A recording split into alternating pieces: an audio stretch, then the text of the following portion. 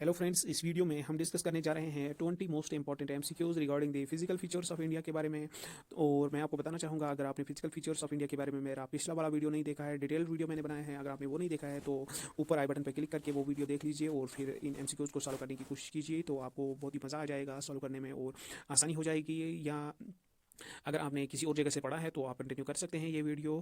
और साथ में बताना चाहूँगा कि वीडियो के डिस्क्रिप्शन में मैं इस वीडियो का जो पीडीएफ है वो आपको प्रोवाइड करूँगा विद आंसर्स, तो आप डाउनलोड कर सकते हैं डिस्क्रिप्शन में दी हुई लिंक से, तो आप वो देख सकते हैं। चलिए शुरू करते हैं। हमारा आज का पहला क्वेश्चन जो है, arrange the following eastern hills as per their general alignment from north to south. जो ईस्टर्न हिल्स है, जो हिमालय की एक्सटेंशन कंसिडर की जाती है, जिनके पीछे से जो ब्रह्मपुत्र की नदी है, वो ब्रह्मपुत्र का रिवर है वो आ जाता है। तो इसको क्या उनको कैसे अरेंज किया जाता है, नॉर्थ टू साउथ कैसे अरेंज किया जाए। पटकाई बूम सबसे ऊपर में है और उसके बाद क्या है, नागा हिल्स है, और फिर क्या है, मणिपुरी हिल्स है, फिर मिजो हिल्स है। तो मिजो हिल्स सबसे नीचे में है, साउथ में है, और टॉप पे है नॉर्थ वाले साइड में पटकाई बूम। तो इसके हिसाब से इसका आंसर सी है। तो यहाँ पे सी आंसर है इस क्वेश्चन का। तो दूसरा क्वेश्चन हमारे पास है, Loktak lake is situated in the state of. Loktak lake किस स्टेट में वाक़ा है। तो इसका लोकतक लेक, अगर आपने लेक्स पे मेरा वीडियो देखा होगा तो आपको पता चल जाएगा कि कहाँ पे है ये वाक़ा। लेक्स पे भी मैंने वीडियो बनाया है, तो वीडियो के एंड में स्क्रीन पे आपके आ जाएगा कि लेक्स के बारे में, तो आप वो देख लीजिएगा कि कहाँ पे कौन सी लेक है। और इंपॉर्टेंट लेक्स ऑफ इंडिया के बारे में मैंने डिस्कस किया है, डिटेल्ड वीडियो बनाया है, तो आप देख लीजिए। तो लोकतक लेक कहाँ पे है वाक़ा, तो मणिपुर में वाक़ा है लोकतक लेक। और यहाँ पे तीसरा क्वेश्चन क्या है, consider the following statement, identify the right one, northern plain और in the form of foredeep. ठीक है, गलत है, हाँ ठीक है, बिल्कुल है, ठीक है। Faulting is one of the significant reason in the formation of peninsular plateau. तो फॉल्टिंग एक इंपॉर्टेंट रीजन है किसके लिए, पेनिनसुलर प्लेट्यू के बनने के लिए। तो ये दोनों स्टेटमेंट ठीक है, तो इसका आंसर हो जाएगा C, both of the above. तो फिर चौथा क्वेश्चन यहाँ पे हमारे पास है, arrange the following major zones of the northern plains according to their fertility. के हिसाब से इनको अरेंज करना है। आपको पता होगा, अगर आपने मेरा वीडियो देखा होगा नॉर्दर्न प्लेन्स के बारे में, तो सबसे ज़्यादा फर्टाइल जो है सॉइल, जो ये नॉर्दर्न जो हिमालयन रिवर्स फर्टाइल जो सॉइल जमा करते हैं, तो अलुवियल सॉइल जमा करते हैं, यंग अलुवियल सॉइल को, तो अलुवियल प्लेन जो है सबसे ज़्यादा फर्टाइल है। तो फिर उसके बाद ऊपर वाला फर्टाइल सॉइल के बाद एक और इलाका आ जाता है, एक और ज़मीन आ जाती है, फिर तराई, जिसका नाम है तराई, फिर आता है बाबर। तो सबसे ज़्यादा फर्टाइल अलुवियल प्लेन्स हो गए, फिर हो गए तराई, फिर हो गया बाबर। तो इसका आंसर क्या हो जाएगा, A part. Karbi Anglong plateau is extension of. तो कार्बी आंगलोंग प्लेट्यू जो है एक्सटेंशन है, किस चीज़ का एक्सटेंशन है, ये पेनिनसुलर प्लेट्यू का एक्सटेंशन है। प्लेट्यू का मतलब हो गया कि ज़मीन की एक ऐसी सतह जो बाकी आसपास की ज़मीन से थोड़ा ऊपर उठी हो, टेबल की शक्ल में। जैसे टेबल होता है, अगर कमरे में रखते हैं तो टेबल ऊपर उठता है, जो कमरे का फर्श होता है वो नीचे होता है, टेबल थोड़ा सा ऊपर होता है। तो इसी तरह से जो प्लेट्यू भी होता है वो थोड़ा ऊपर होता है बाकी आसपास वाली ज़मीन से। कार्बी आंगलोंग प्लेट्यू किसका एक्सटेंशन है, पेनिनसुलर प्लेट्यू का। Consider the following statement. तो यहाँ पे असर्शन रीजन वाला क्वेश्चन आ गया हमारे पास। असर्शन क्या है, in general the flow of peninsular rivers is from west to east. मतलब अक्सर देखा गया है कि हम देखते हैं कि पेनिनसुलर रिवर्स जो है, नीचे वाले इंडिया के साउथ में जो रिवर्स वाक़ा है, तो वो कहाँ से फ्लो करते हैं, वेस्ट टू ईस्ट। क्यों फ्लो करते हैं, रीज़न क्या है इसका, the general elevation of peninsular plateau is from the west to east. क्योंकि जो एलिवेशन है, क्योंकि जो ऊंचाई जो है वेस्ट साइड में ज़्यादा है, ईस्ट साइड में कम है। तो ये दोनों स्टेटमेंट ठीक है, और आर रीज़न जो है एक असर्शन को अच्छी तरह से एक्सप्लेन करता है। तो इसका आंसर हो गया बोथ ए पार्ट। तो both A and R true and R is the correct explanation of A. तो इसका मतलब हो गया कि जो रिवर्स है वो वेस्ट टू ईस्ट फ्लो करते हैं अक्सर, क्योंकि यह जो ऊंचाई है, जो एलिवेशन है, ऑल्टीट्यूड है, वेस्टर्न घाट्स का ज़्यादा है as compare to eastern Ghats. और सेवंथ क्वेश्चन हमारे पास है, consider the following statement, Western Ghats act as a perfect water divide. Western Ghats are comparatively higher in elevation and more continuous than the Eastern Ghats. सच है कि नहीं है, दोनों चीज़ें सच है। अगर आपने देखा होगा फिजियोग्राफी के बारे में मेरे लेक्चर्स देखे होंगे, तो ये दोनों चीज़ें मैंने एक्सप्लेन की है। वेस्टर्न घाट्स जो है, जो वाटर को डिवाइड, मतलब वाटर को एक दीवार की तरह डिवाइड करते हैं। तो फिर क्या है, Western Ghats are comparatively higher. अभी मैंने बताया कि वेस्टर्न घाट्स की का जो ऑल्टीट्यूड है वो ज़्यादा है ईस्टर्न घाट्स, और वेस्टर्न घाट्स कंटिन्यूस है, ईस्टर्न घाट्स कंटिन्यूस नहीं है, बीच बीच में कट है, क्योंकि बहुत सारे दरिया वहाँ से निकल जाते हैं बे ऑफ बंगाल की ओर। तो दोनों स्टेटमेंट ठीक है, तो इसका आंसर हो जाएगा सी।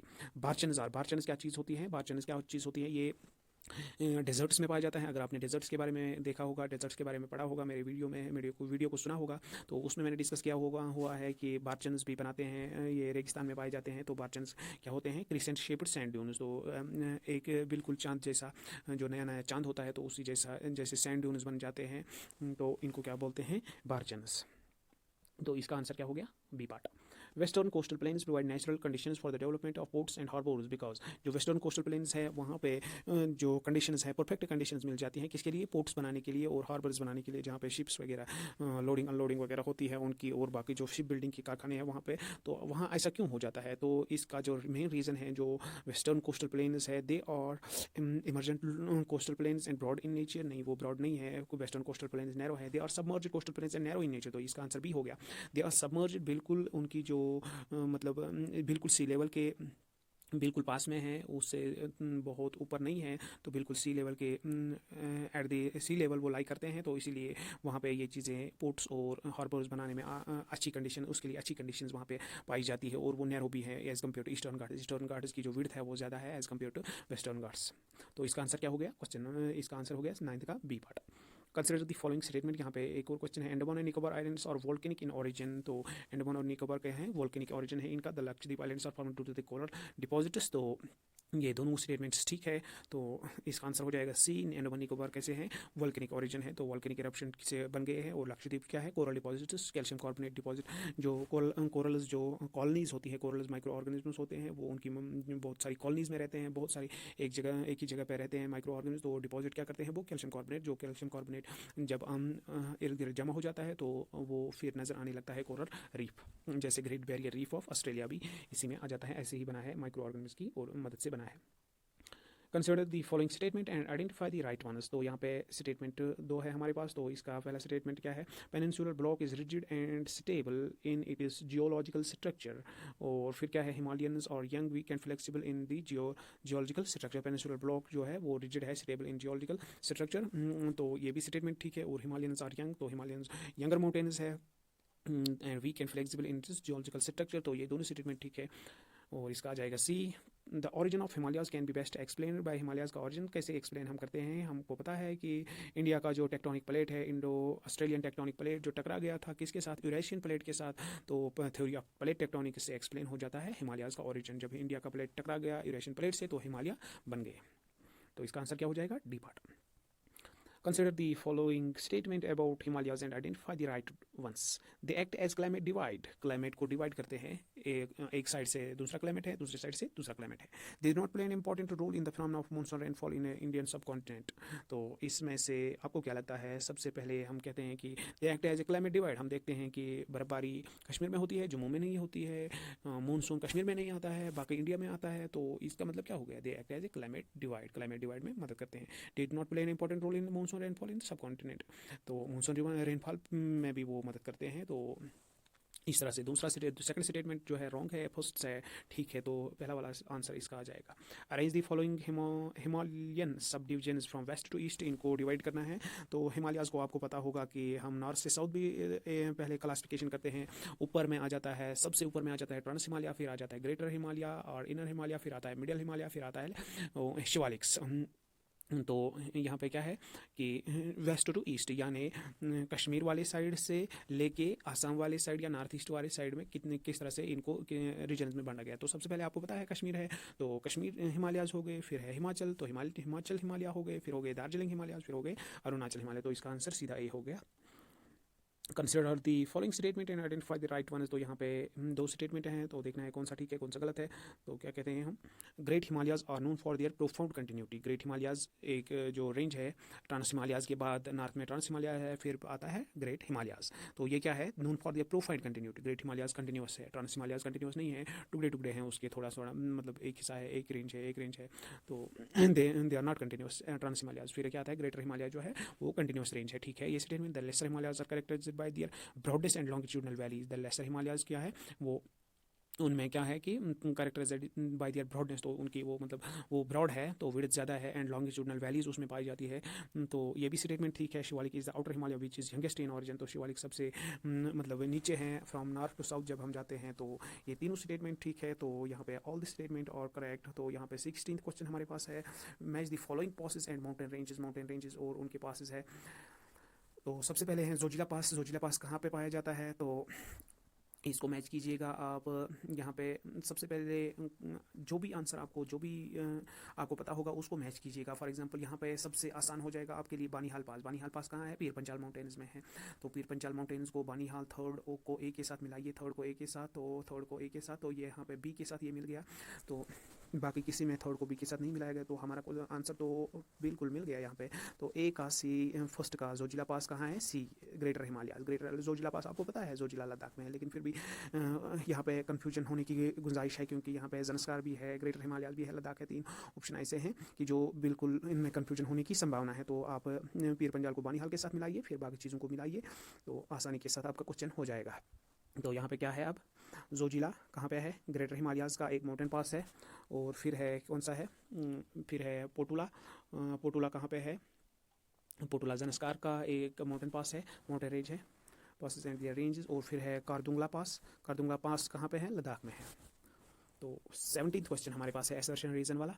Jhelum river is settle in usage and get forms meanders. क्या बनाता है? मियंडर्स। और फिर क्या है? रीजन क्या है? The meander in Jhelum river is caused by the local base level provided by the Dal lake. Select the correct answer. तो ये दोनों स्टेटमेंट्स ठीक है, और जो रीज़न है दिया गया है, एक्सप्लेनेशन दी गई है, ये भी बिल्कुल ठीक है। The meanders in Jhelum river are caused by local base level provided by Dal lake.